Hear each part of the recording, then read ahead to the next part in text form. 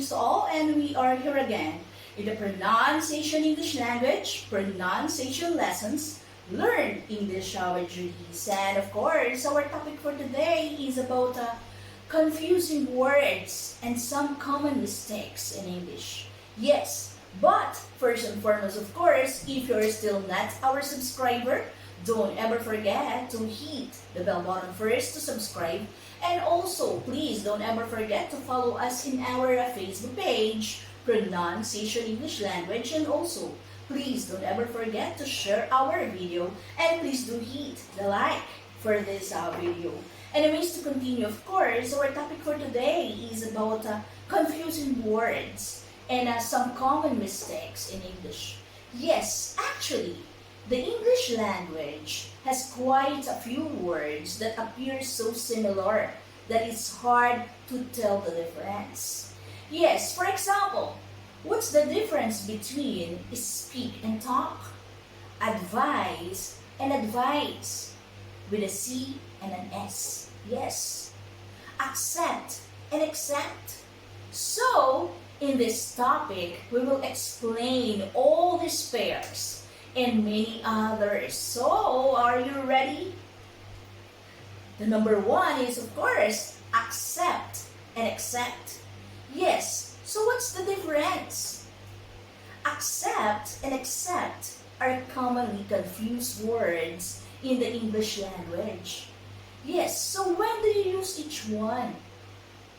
Even though these two words actually are spelled differently and mean different things, they are pronounced the same. Yes, actually, accept is a verb that means to take or receive something that is offered, just like we can accept material or immaterial things. So, you can accept a gift, which is a material, tangible, or a new job, which is immaterial, intangible. So the next one is this antonym, means the opposite of the verbs refused or declined. Example of a sentence. So I will give an example of a sentence for you to understand. Number one is never accept a ride from a stranger. Means, if someone you don't know offers you to take to somewhere in their car, so you should never say yes, right? Number two example is, oh, this present is so extravagant, I just can't accept it. Means, the present is very expensive, so he feels uncomfortable taking it. You understand? Number three example is to accept the package, you need to sign this form. So means a signature is required to receive the package from the delivery. You understand? I hope you got it right. So the next one is accept. Accept is a preposition. Yes, that means but not or other than. We use it when we want to say anything but. So we have an example here, and this is the antonym of including. So, the number one is the kids will eat anything except broccoli or broccoli. Means, the kid means they will eat anything but not broccoli or broccoli. You understand? Number two example. I like all sports except baseball. So means I like all sports other than baseball. Number 3 example is she has added all the ingredients except the eggs. So means she has added every ingredient other than the eggs. You understand? So remember that accept is a verb, but accept is a preposition. Accept is an action word. It describes what a person does. Example, I will give you another example. Meredith decided to accept the new cell phone plan that the company offered her. It was a good deal. So, what Meredith do? She took the plan offered by the cell phone company. You understand? Again, about accept, modifies, describes it or restricts the meaning of the sentence. So we'll go now in here this accept. Example, everyone except Oscar thought the play was excellent. So means everyone other than Oscar, though the play was excellent, everyone else thought it was excellent, but Oscar did not. You understand? So in this sentence, though these words sound the same, their meaning and use are different. So now you've got it. So these were the difference between accept and accept. I hope you understand and I hope you got it right. So the next one will go now in the number 2 is the difference between advise and advise.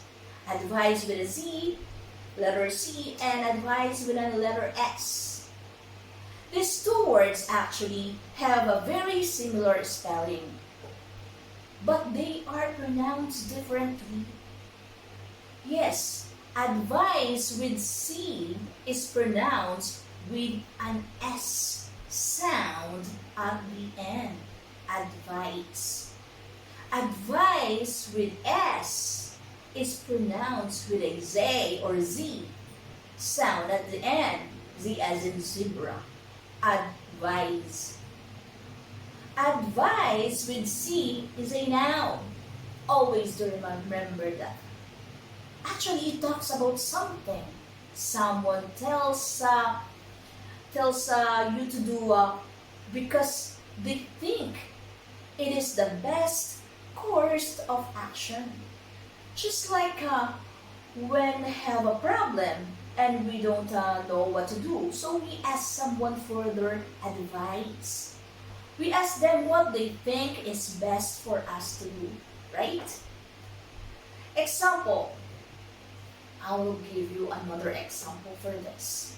Example, you should talk to Laura. She always gives excellent advice. So means Laura always knows what to do, right? She will tell you what the best thing to do is. The number 2 example is my advice is always follow your heart.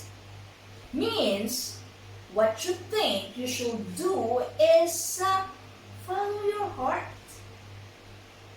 Right? So advice now with an S is a verb that means to give advice. This verb actually must always be followed by the person we are advising.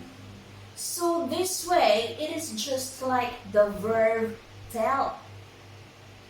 You understand? Example, Michael advises Janice to take a nice long vacation. So means, if we want to say exactly what the advice was, we'll use we used to write. We used to write after the listener's name, like in the example I mentioned a while ago. Another example, I will give you another example with this verb. Example, the salesman advised the customer to buy the product. Means, the salesman told the customer it was a good idea to buy the product. Tips, I will give you a tips about these two words. First, remember that these two words is pronounced differently. So advice with a C has an S sound at the end, and the advice with an S has a Z or Z sound at the end. Z or Z. Also keep in mind that these two words are different parts of speech.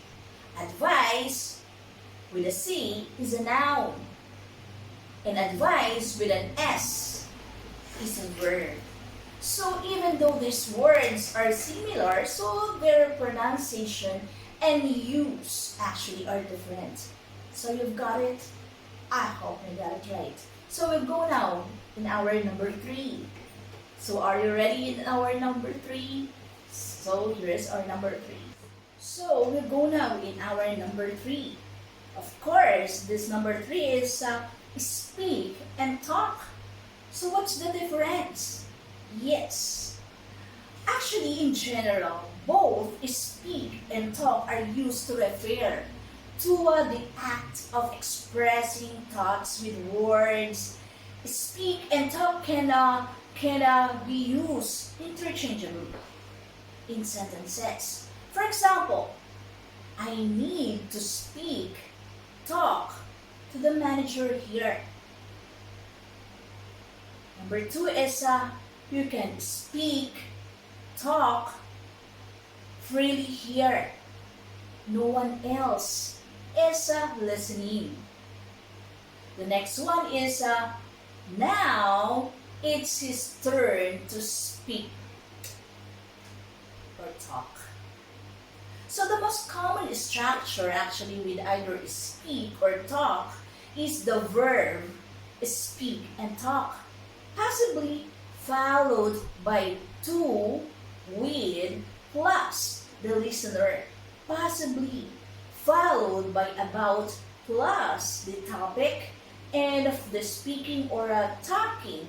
So here's the structure in short form. I will give you the structure. Speak, talk, plus with, to the listener, optional, plus about, topic, optional. Differences between speak and talk. Speak is more formal than talk in a very formal context. You may even hear someone use speaks to as an alternative to indicates, as in the fact that there are still millions of people out of work. Speaks to equals indicates the seriousness of the recession. In addition, talk is more likely to be used to refer to verbal interactions as extended activity. Communication that starts a long time and covers a variety of topics. Example, they stayed up late and talked for hours. The next one is she never talks to me anymore. The next one is we need to talk. Finally, only speak can be followed by a language. Example, I will give an example. My grandparents spoke Yiddish. My grandparents talked Yiddish. Sounds awkward, right? And unnatural. Don't you notice that? So last, but definitely not the least, of course, we'll go now. In the next one is affect. And effect versus effect. Yes, what is the difference? So effect and affect actually are homophones. Yes, homophones words that are pronounced the same but differ meaning. Yes, effect versus effect. Effect versus affect. Yes, effect is a noun. Yes, noun, a result, the power to cause influence, and the state of being functional, describe impression, and this is a verb. Yes, to bring about or make happen. Yes, so means when a person expresses with her opinion in a meaningful way, a change is likely to occur, and about the effect, and this is verb, affect. Always do remember that this is a verb. Number one is to act on or to pronounce a change in. Two is to impress on the feelings or emotions. This is a noun. Number three is feeling or emotion. Affect, verb, means to act on or cause change. Example, I will give you an example for this. The sudden change to cold weather affected the quality of the vegetable garden. Means unexpected cold weather made it difficult for new seeds to grow well. Cold weather affected the quality of the vegetables. So the number two is affect, verb. Means to impress upon a person's emotions. Example, the opera affected audience members deeply. Members deeply. Means the artistic singing caused audience members to feel touched emotionally. So, an effect noun is a result. Example, I will give an example. Staying out in the cold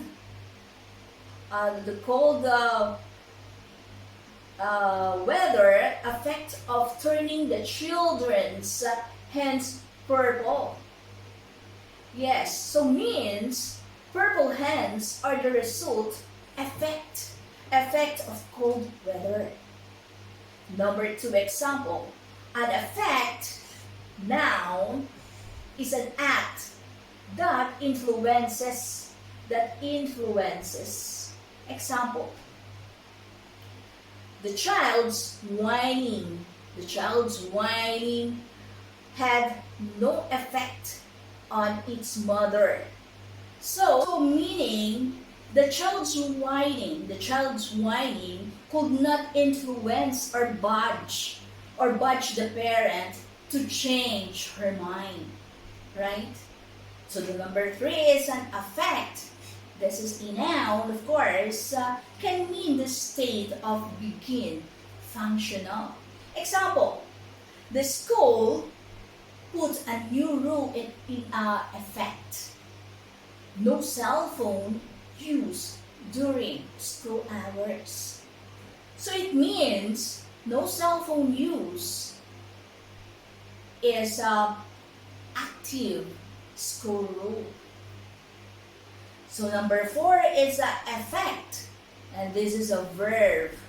Means to cause or make happen. Example, I will give an example. The citizen's letter to the mayor affected change. in the town's trash removal service. So, an affect is a feeling. An affect is a noun and is a feeling or emotion. Example, an apathetic person has an even or unchanged affect. Means a person without much feeling or emotion is often called apathetic. So, let's both affect and affect together in a sentence to illustrate their different meanings. Example, an effect of optimistic thinking is the ability to affect positive affect in others. So means a result of optimistic thinking is the ability to cause positive emotion in others. So let's check if you really understand our topic. So I prepare a short fill in the blanks quiz. Yes, just to choose A or B to answer. So are you ready? Just put your answer in comment section box just for a test. This is only to fill in the blanks actually. So are you ready? Number 1 is will my vacation fill in the blanks the progress of my work? So what is the correct answer? Letter A, affect. Letter B, affect. Just choose. Just select one answer for this sentence.